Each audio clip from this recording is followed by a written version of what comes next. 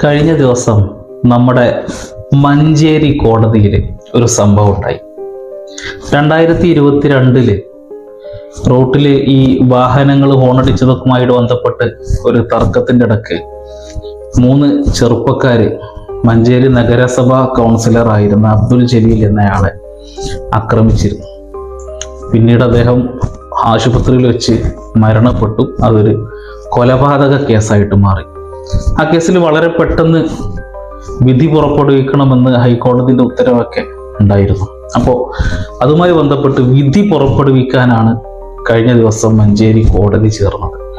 വിധി പുറപ്പെടുവിക്കാൻ വേണ്ടി ജഡ്ജി വന്നു, എല്ലാവരും വന്നു. പക്ഷെ അപ്പോഴാണ് കേസിലെ ഒന്നാം പ്രതി അയാൾ ഹാജരായിട്ടില്ല. കൂട്ടിൽ ഒന്നാം പ്രതി ഇല്ല. എന്താ സംഭവിച്ചതെന്ന് വെച്ചാൽ, ഈ ഒന്നാം പ്രതി ജയിലിലായിരുന്നു. ആൾക്ക് അതിൻ്റെ ഇടയ്ക്ക് ജാമ്യം കിട്ടിയിട്ടുണ്ടായിരുന്നു. ജാമ്യം കിട്ടിയ ആൾ മുങ്ങി. ആൾ കോടതിയിൽ വിധി പറയുന്ന ദിവസം ഹാജരായില്ല. ജഡ്ജി വളരെ ദേഷ്യപ്പെട്ടു. പോലീസിന് കേൾക്കേണ്ട പോലെയൊക്കെ കേട്ടു.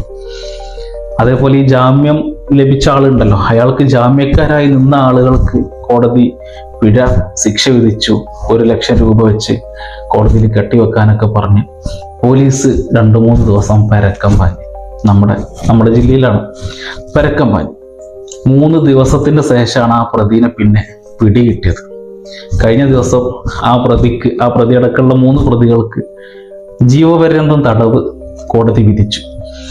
ഇങ്ങനെ നമ്മുടെ കോടതി റൂമുകളിൽ കുറേ കഥാസന്ദർഭങ്ങൾ ഉണ്ടാവാറുണ്ട്.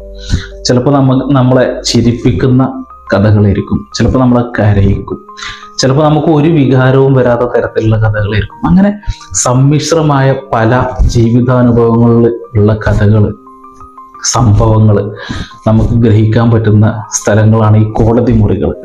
കോടതി മുറികളിലെ ഇത്തരം സംഭവങ്ങളൊക്കെ ക്രോഡീകരിച്ചൊരു പുസ്തകമുണ്ട്.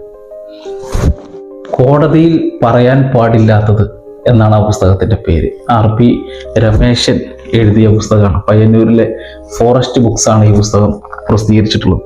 ഇതിൻ്റെ ഒരു പ്രത്യേകത എന്താണെന്ന് വെച്ചാൽ, നമുക്ക് കോടതി റൂമുകളിൽ നടന്ന കഥകൾ മനസ്സിലാവുക എന്നത് മാത്രമല്ല, കോടതിയുടെ നടപടിക്രമങ്ങൾ, ഇങ്ങനത്തെ സംഭവങ്ങളൊക്കെ നമുക്കതിൽ നിന്ന് മനസ്സിലാവും. എന്ന് പറഞ്ഞാൽ ഒരു ജനറൽ നോളജ്, അറിവ് കൂടി കിട്ടുന്ന ഒരു പുസ്തകമാണ് RP രമേശന്റെ കോടതിയിൽ പറയാൻ പാടില്ലാത്തത് എന്ന പുസ്തകം.